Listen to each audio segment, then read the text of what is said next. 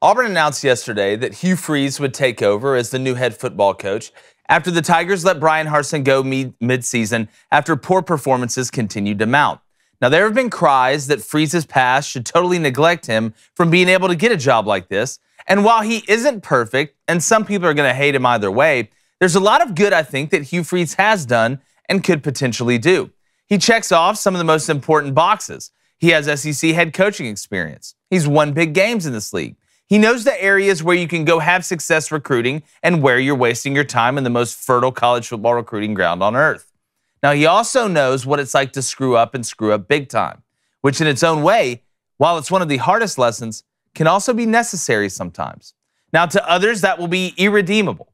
But to me, I think it makes him less likely to screw up again.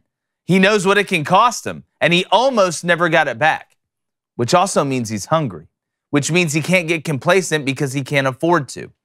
I think it makes him dangerous in a good way, to be quite honest with you. Now, Auburn's a place that can win. We've seen that before. And bringing in someone that will truly love the players for who they are and not what they can produce on the field is the most important ingredient when building a champion. So, Hugh, you got your second chance.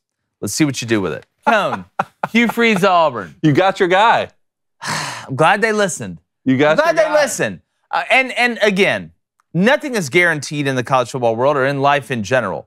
But, and people will say, all right, well, look at his record compared to Gus Malzahn's. I think when you're comparing Ole Miss and Auburn, sometimes we got to kind of look at what was inherited. Mm-hmm. Some guy was like, yeah, man, this guy went like 5-7 with DK Metcalf and like all these other guys, until you realize that DK Metcalf redshirted that year and like 4 of the 8 guys you mentioned either weren't on the roster or something happened. I think this fit can work. Yeah. I think it can work. But the biggest thing I think Hugh Freeze brings is what I talked about in the open. He is hungry.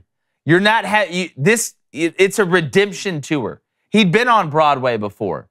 It went bad. Now he was at, no offense to Liberty, but compared to where he was, now you're at like the local theater with the high school graduates trying to get your name back in the lights. Hey, maybe somebody will see me, but who wants a 40-year-old actor who's, not in his prime anymore? Well, Hugh Freeze got a second chance.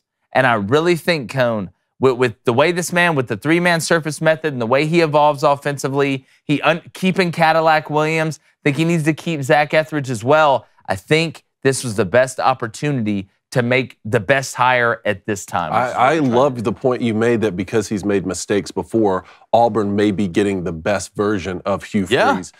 I love that fans of Auburn University care more than just winning and losing when it comes to hiring a head football coach. I respect the fact that they want to vet a man of integrity before he goes and leads other young men. Having said that, the powers that be at Auburn, they need to get with the fans of Auburn, put their heads together, and come up with a plan, a rank order of what the priorities are for the school. And if at the top of that ranking is to hire a man of high integrity who doesn't make mistakes and winning football games comes lower on the list, then you can't fire a guy the first time he faces adversity in a football season. You shouldn't have fired Gene Chizik. You shouldn't have fired Gus Malzahn or moved on from Tommy Tupperville. To me, it's like if that's what's most important to you, then don't move on from those guys. If, on the other hand, you really want to go into Tuscaloosa and beat Nick Saban every year, or you want to go into Athens and beat Kirby Smart and all of the other monsters running around the SEC, well, then you're going to have to give a guy a second chance. Someone like when you were vetting Lane Kiffin or a Hugh Freeze, or even when we had the conversation about Urban Meyer. If these fans who say, these Auburn fans who say, we want a guy of high integrity who's never made a mistake, and we want a guy who's never going to lose a football game. That doesn't exist. Then if you get your way, there will be no good coaches left who qualify for the job, and there'll be no good men left who want it. I want to read this real quick, Blaine, and obviously want to get your thoughts. So one of the things that people say is, oh, well, Hugh Freeze DM'd this girl that was bad-mouthing, talked about sexual assault on campus, basically bad-mouthing the athletic director and him. This is what some people called intimidation. Now, you shouldn't DM. He shouldn't have sent the DM. It was stupid. But if this is intimidation, I can tell whose parents disciplined them when they grew up or not. Here's what he said. I would love for you to help me understand your attacks on me and our program. I'm open to talk about issues you have with me or the program, either face-to-face or by phone. But I've never believed in social media discussions when you don't truly know the other party. I hope you're well and have a great day. Then she went on to say something about the AD who was at Baylor when all that stuff went down with Art Briles. He said, you don't even know Ian McCall. He is one of the best leaders I've ever seen, most Jesus-like leader I've ever seen or been around, but you take every chance you can to take a shot at him. I don't understand that mentality. Oh, no. What harsh words. Like, if you think that's intimidating, then you have lived a very privileged life, and good for you. Stupid to DM her, but if you think that's intimidation, it's not. I think a lot of people need to understand. Like I said yesterday, Hugh Freeze was not at liberty in 2016 when this sexual assault stuff went down. He in no way, shape, or form is connected to that at all. He sent a DM to the girl trying to figure out what happened. That doesn't sound intimidating to me. Some people on social media say, oh, well, he's in a position of power, so really it's a power move that he DM'd her. Well, if that's the case, then let's just turn our society into Divergent. Let's just do that. Because if that's true, nobody can talk to anybody unless you have an equal job. That is stupid. That is naive. That's not how the world works. Now, if he had messaged her, hey, you need to shut up, I'm the head football coach, hashtag intimidation, okay, I get that. Or something nefarious, but grow up. Cut the softness out. Be an adult. You're going to call somebody out and say stuff about somebody and try and ruin somebody's career. When they send you a message defending the person in that way, you can't sit here and be Pontius Pilate and wash your hands at the same time. Well, the first thing I would say is this. I'm glad for this. I mean, the administration actually, pulling the trigger on somebody, making a decision. Yeah, I think if you're an Auburn fan, you have to trust in the new AD that he vetted Hugh Freeze from top to bottom. All right, you got to trust in that.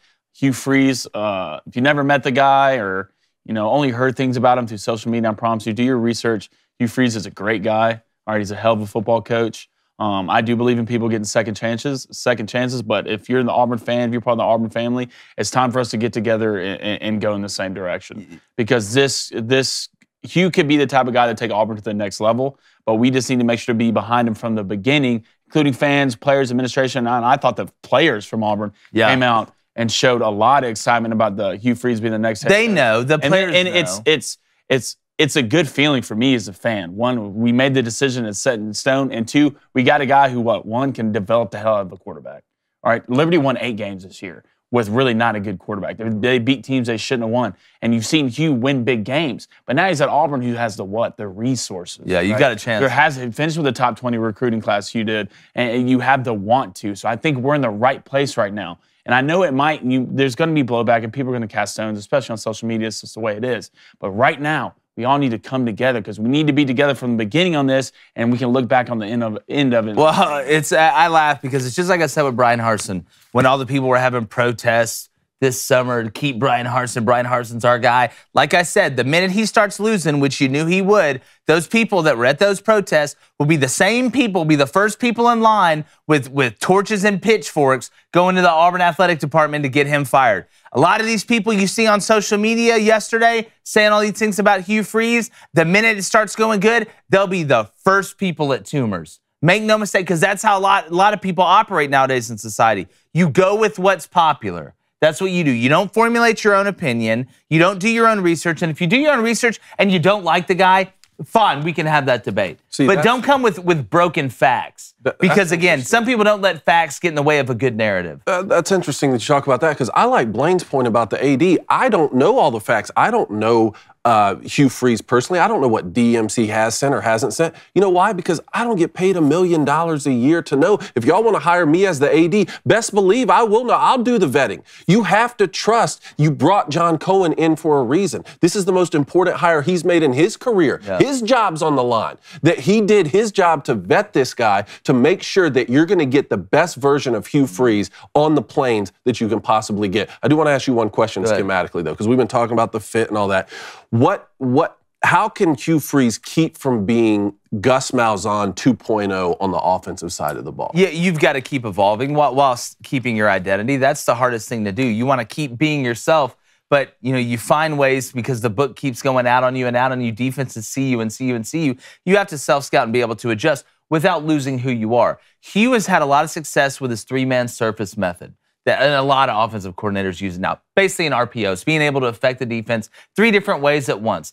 Now, he has always been a run-to-pass guy. That's a similarity with Gus. But the thing I like about Hugh is he has evolved his offense not only structurally in the run game by adding things, but when to call things. It's hard to pin him down and say, all right, 2nd and 8, this is what he's going to a lot. He does a good job of adjusting and pitching backwards. I think his play-action game on 1st down is something that he'll continue to need to evolve. But Hugh is not afraid to evolve and maybe get a little bit exotic and not just line up and run it on 1st down right up the middle with inside zone, then have some intermediate passing game. But the biggest difference between him and Gus is his passing game is a lot more intricate than Gus's is.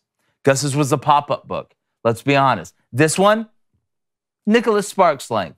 It's deeper. It's different. I think it affects down the field differently, but it attacks all 3 levels. Where did Gus Malzahn really attack? It was either very short or very deep. Hugh Freeze's intermediate passing game, the way he uses the passing game, I think is more intricate. You add the structural changes in the run and his ability to be innovative and evolve with that 3-man surface method, keeping his identity. I think that's the difference. Yeah, it was a lot of layers, to his offense. Like an onion. Yeah, which is good to see, which we really haven't had at Auburn in a long time. It's going to be spread, RPO. I mean, that type of offense, but that's what we need. And the one thing Hugh can do is recruit the hell out of receivers. So I can't wait to see what monsters start walking around on the outside. Thanks so much for watching. Please subscribe to our channel, like these videos, and share it with all your friends.